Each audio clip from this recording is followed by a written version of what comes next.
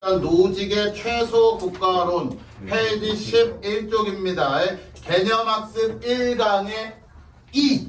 자, 독서 오늘 하셨습니까? 개념 1강의 두 번째 노직의 최소 국가론. 내용이 쉽습니다. 그냥 노직의 최소 국가론. 자, 아마 이 수업은 저쪽 월요일 반은 안 할 거야. 계속 비문학 수업 자체는 저쪽 반은 계속 그냥 수특 진도 뺄 거고요. 이쪽 반은 그래도 한번 읊어줘야 되지 않나 싶어가지고 한번 읊는 시간 가질 거야. 그래서 아까도 얘기했지만 아까 준 교재 자체도 문제 풀라고 준 것도 빨리빨리 니들은 끝내야 돼. 오케이. 자, 노직의 최소 국가론 1문부터 이제 내가 비문학 읽는 법 한번 가르쳐 줬죠. 그대로 가볼게요. 자, 첫 번째 문단 들어갈게요. 내가 강조했던 거 첫 번째 문단에 뭐가 중요하다? 첫 문장이 핵심이다 라고 했어요. 항상 문단의 첫 문장은 반드시 윗줄을 그으세요. 모른다면. 됐어요? 나중에 이제 업그레이드 시킬 거야. 자, 첫 번째 문장은 20세기 사회철학자 노직은 개인은 어떠한 권력에 의해서도 침해될 수 없는 존엄한 존재이고 생명과 자유에 대한 권리나 재산에 대한 권리 등 개인의 권리는 국가와 같은 권력 등이 위협해서는 안 되는 절대적인 것이라고 보았다. 그러면 이제 이 노직에 따른 요 개인의 정의가 되겠지. 즉 말 그대로 개인은 어떠한 권력에 의해서 침해될 수 없는 존엄한 존재, 그리고 개인의 권리는 위협해서 안 되는 절대적인 것. 즉 절대적이며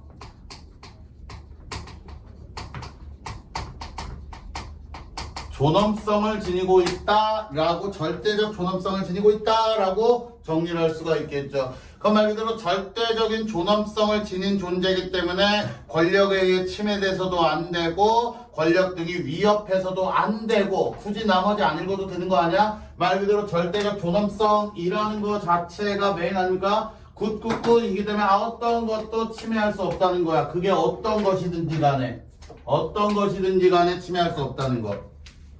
그 다음 문장 읽어보면 하지만이라고 했어. 자, 그러면 절대적 존엄성이긴 하지만 그는 자연 상태에서의 개인이 다른 개인의 권리를 침해할 수도 있음으로야. 가죠. 대체 즉 개인은 절대적 존엄성을 가지고 있기 때문에 권리를 침해하면 된다 안 된다?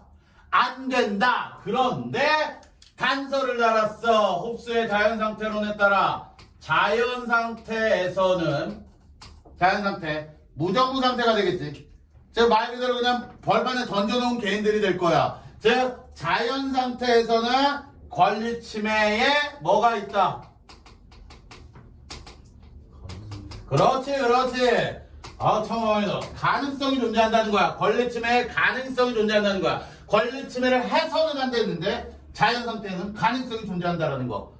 자, 가능성이 있기 때문에 개인의 권리를 보호할 수 있는 최소한의 권력을 지닌 국가가 필요하다. 제목이 뭐야? 노직의 최소 국가론이야. 그 말 그대로 즉 저러한 상황이기 때문에 권리 침해의 가능성이 존재하기 때문에 말 그대로 권리 보호의 필요성을 얘기한 게 되는 거고, 권리 보호가 필요하다. 이거는 자연 상태이기 때문이겠지. 즉 권리 보호를 왜 해야 돼? 왜 권리 보호해줘야 돼? 그렇지. 걔네는 절대적 존엄성을 지니기 때문에 권리 보호를 해줘야겠지. 근데 침해할 수 있다는 거야. 그러기 때문에 권리 보호의 필요성에 따라 뭐가 필요하다? 국가. 근데 저 국가는 어떤 국가여야 된다? 최소한의 권력을 지닌 국가.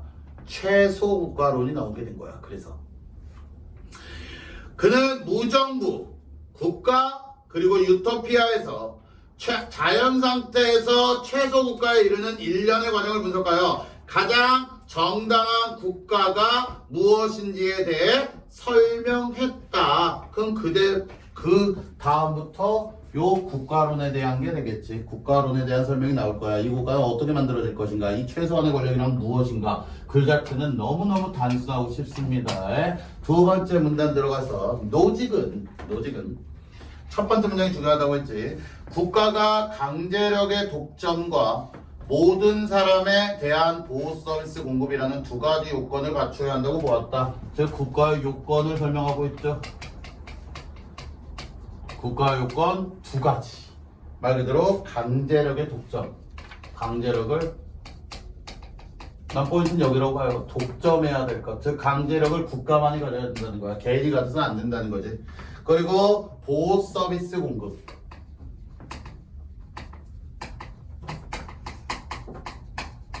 국가 요건은 저 두 가지로 나눌 수가 있다. 강제력을 독점할 것, 보호 서비스를 공급할 것. 누구에게? 국민에게, 개인에게 해야겠지. 이때 강제력은 부당한 침해에 대해 처벌할 수 있는 권위적 힘, 즉 권력을 침한다. 요 강제력이 이제 권력. 그럼 끝났네. 결론적으로 국가는 권력을 뭐 해야 된다? 독점해야 된다라는 게 되겠지. 국가는 권력을 독점해야만 한다. 노직이 상정한 자연 상태에서 권리를 가진 개인들이 살고 있다. 그럼 권리를 국가가 독점해야 된다는데 권리를 개인이 갖고 있다. 자연 상태에서 개인 간의 분쟁이 발생할 수 있고 다른 이에게 권리를 침해받을 수도 있지. 권리 침해와 이로 인한 분쟁을 방지하기 위해 자연 상태에 놓인 개인들은 자발적으로 보호협회를 결성하고 협동을 통해 서로를 보호한다. 그러면 요게 필요하다라고 하면서 이거에 대한 추가적인 설명, 이 권력에 대한 추가적인 설명으로 들어가는 건데 예를 드는 건데 자 아까 얘기했듯이 국가가 자연 상태부터 유토피아까지 가는 과정이고 그럼 첫 번째 자연 상태부터 설명을 다시 해주는 게 되겠지. 나중 되면 요거 요렇게 묶어가지고 자연 상태인 권리 침해의 가능성이 있기 때문에 자연 상태에서는 서로를 보호해줘야 된다. 이쪽으로 같이 묶을 수가 있겠지. 됐습니까? 자 그럼 자연 상태에서는 권리 침해가 있다라는 거 우리 가능성이 있다는 거 알죠? 굳이 할 필요 없죠. 권리 침해 가능성이 있다는 거 알고 있어요. 그러면 그 권리 침해가 가능성이 있기 때문에 그럼 뭐 해야 돼? 서로 간에. 그 권리 침해를 막을 방법이 있어야 될 거 아닙니까? 됐죠? 그래서 나온 게 뭐다? 그렇지. 보호협회. 그래서 나온 게 보호협회. 권리 침해 가능성이 있는 게 자연 상태고 그러면 보호협회를 만들어서 서로 보호를 해줘야 될 것이고 자 하지만을 했어. 서로를 보호해줘야 되는데 협회에 속한 모든 사람이 보호받기 위해서는 회원들이 항상 대기 상태에 있어야 하는 불편을 겪게 된다. 이러한 문제를 해결하기 위해 상업적 보호협회 탄생. 그럼 이 보호협회의 문제점 항시 대기 요거에 의한 해결책 를 만들었다고요? 상업적 보호협회. 그럼 상업적이죠? 상업적 보호협회가 만들어진 이유는 뭐를 해결하기 위해?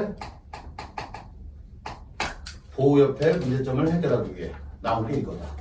그치? 그럼 이거 자연스럽게 자연스럽게 권리 침해 가능성이 있고 이게 보호협회를 만들어서 서로 보호를 해줘야 되고 근데 문제점이 사람마다 모두 대기를 해야 되고 그러니까 이거 해결할 방법이 없을까? 상업적 보호협회를 만들자. 이렇게 해서 왔다는 거. 자, 상업적 보호협회가 탄생하게 되는데 사람들은 협회에 대가를 지불하고 보호역 서비스를 받게 된다. 이 협회는 회원과 사적으로 계약된 상태이므로 계약 당사자들만 보호한다. 그 상업적이라는 게 말 그대로 뭐다? 돈이다. 대가다. 대가를 통한 보호겠구나. 대가가 없으면 보호를 해주지 않겠다라는 게 돼. 그럼 대가를 서로 주고받는 건 바로 뭐에 의해서? 계약. 나중에 이게 사회계약론으로 가는 거야 이제. 사회가 계약을 맺었다는 사회계약론으로까지. 자, 상업적 보호협회들이 여러 개 생겨나면 이들끼리 경쟁을 하게 되고 왜 경쟁이 생길까 우리 아가시연아? 경쟁을 왜 얘네가 왜 서로 경쟁할까? 이런 상업적 보호협회가 한 개가 아니라 여러 개가 생길 수 있겠지. 계약을 맺는 거니까. 근데 이 업체끼리 왜 경쟁을 해? 서로 권력 아니 이걸 권력 주고 가면 안 돼. 연진아 왜 서로 이런 업체들끼리 경쟁할까?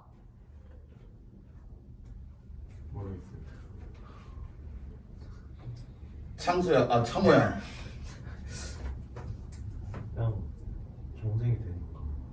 아니 좀 상식적으로 생각. 니들이 비문학으로서 배경식을 전혀 상상을 안 하는 것 같아. 자 수진아, 왜 경쟁을 해? 내가 이기려고. 이겨서 뭐 하려고? 이기려고. 돈 벌려고야. 그럼 말 그대로 결론적으로 봐봐. 계약을 맺는다라는 건 말 그대로 대가를 주겠다는 거냐, 돈을 주겠다는 거 업체. 그 업체에 돈을 주면 이 업체는 이 사람들을 뭐 해줘야 돼? 보호해줘야 되잖아. 그치? 그럼 말 그대로 이런 업체가 많이 생겨. 그럼 업체끼리 싸우다가 경쟁이 되는 이유는 결론은 이 계약과 대가에 따른 경제적 이익이 생겨나기 때문이야. 경제적 이익이 때문에 경쟁한다는 거야. 결론은 돈이야. 그 결과 일정 지역 안에서 보호를 지배적으로 행사하는 지배적 보호협회가 형성될 수 있다. 즉 이러한 결과에 따라서 또 지배적 보호협회까지 생겨날 수 있다. 그럼 점점 발전하는 거지. 보호협회가 상업적 보호협회로, 그 상업적 보호협회가 지배적 보호협회로까지 이렇게 올 수가 있다. 이 협회는 지배적 위치에 있기는 하지만 다른 협회가 권력을 행사하는 것을 막을 수는 없기에 권력을 독점하고 있지는 않다. 자, 권력 독점이 된다, 안 된다? 안 된다. 안 되는 이유는 왜? 다른 업체도 권력이 있기 때문이겠지. 그럼 앞으로 되돌아가면 결국 이 지배적 보호협회, 이 단체는 국가가 될까, 안 될까? 안 돼요. 왜 안 돼? 권력을 독점하지 마. 그렇지, 다시 돌아가는 거야. 권력을 독점해야만 국가가 되는 거야. 얘는 지금 국가 단계가 될 수 없다는 거야. 그 이유가 뭐 때문이라고? 권력을 독점하지 못하기 때문에. 그러면 요 요건은 돼요? 안 돼요. 보호 서비스는 공급하는 거잖아. 근데 모든 사람에게 공급하지 않죠. 여기서도 국가의 의미 자체가 모든 사람에 대한 보호 서비스 공급이기 때문에 이 모든의 개념을 이 협회에 속한 모든으로 좁히면 보호 서비스 공급돼요. 이 협회에 속한 모든 사람들. 됐냐? 하지만 핵심은 이거야. 권력 독점이 안 된다라는 거. 이해했지? 자, 우리 수진 양의 의문점은 이따가 다시 가도록 할게요. 뒤에서 네.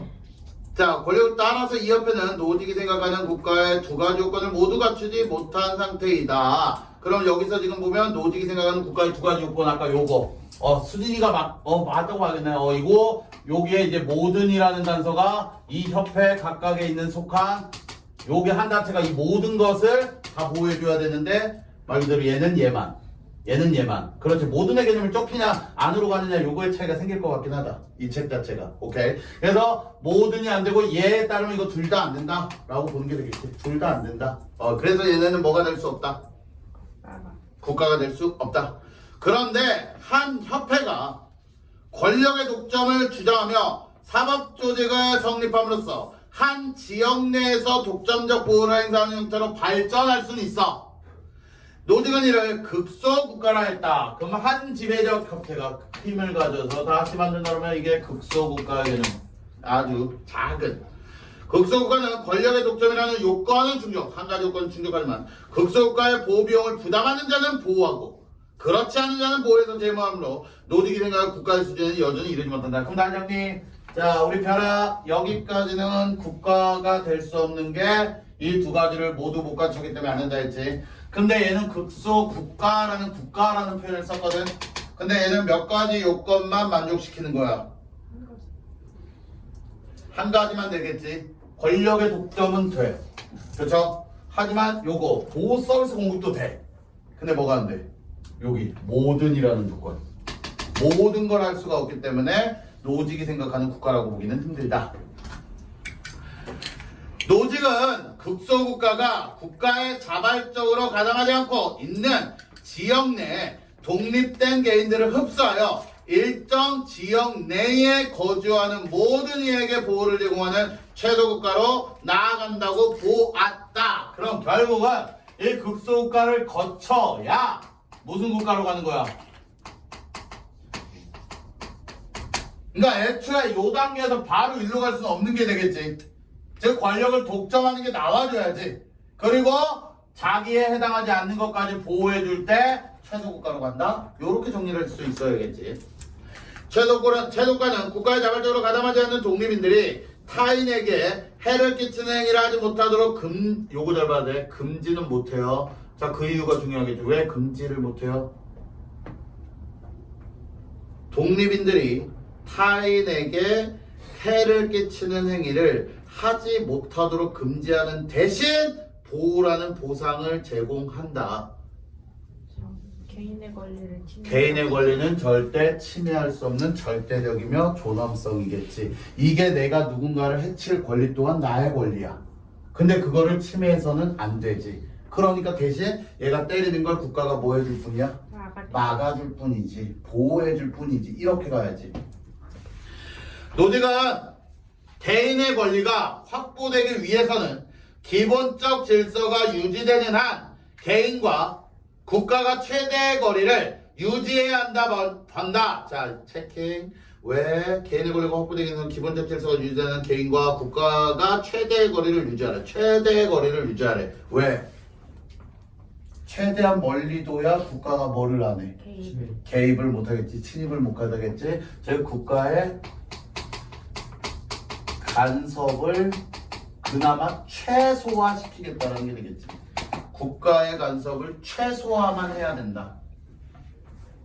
무정부 상태보다는 나은 국가, 그러나 최소의 보호 능력 이상으로 확장되지 않은 국가가 이상적 국가다. 즉 최소의 보호 능력 이상으로 확장돼서는 안 돼. 그럼 거꾸로 얘기하면 최소의 보호 능력만을 가져야 돼. 이거 이상이 돼서는 안 된다. 국가의 기능은 국민의 보호에만 국한되고 개인은 보호에 대한 대가로 수수료를 지불하면 된다고 봤다. 이것이 노직이 그리는 자유주의적 국가의 이상이었다. 최소 국가보다 확장된 국가는 필연적으로 반드시 개인의 권리를 침해한다고 보고 개인의 권리에 대한 간섭을 최소화하는 국가로 나아간다는 노직의 주장은, 그럼 앞에까지 노직의 주장이었죠. 이 주장은 국가의 역할을 너무 부정적으로만 인식한다는 비판. 그럼 여기서 마지막은 노직의 그런 주장에 대한 뭐가 나오는 게 돼? 비판론들이 나온다 라고 정리하면 되겠지. 또한 그가 설정한 최소 국가는 국가로서 공적 성격을 갖기보다 사적 협회에 불과하다. 이것도 만약 이유를 묻는다면 왜 사적 협회가 돼야 돼? 돈 받고 보호해줄 뿐이니까. 공적인 건 공공의 이득이잖아. 그치? 하지만이죠. 그럼 여기까지 비판론이 끝났고, 하지만 이유는 뭐가 나올까? 좋은 점 얘기하겠지. 이건 우리는 뭐라 그러느냐? 의라 그러죠. 의. 하지만 국가라는 거대한 공동체 안에서 개인의 권리를 경시하던 사람들에게 개인의 권리에 대한 존중을 바탕으로 이상적 국가를 형성할 수 있다는 메시지를 던지는 의의가 있다라고 하면서 마지막에 의의 밝힘으로써 그래서 노직의 최소 국가로는 그나마 좀 할만하다는 거. 자, 하성한 마무리.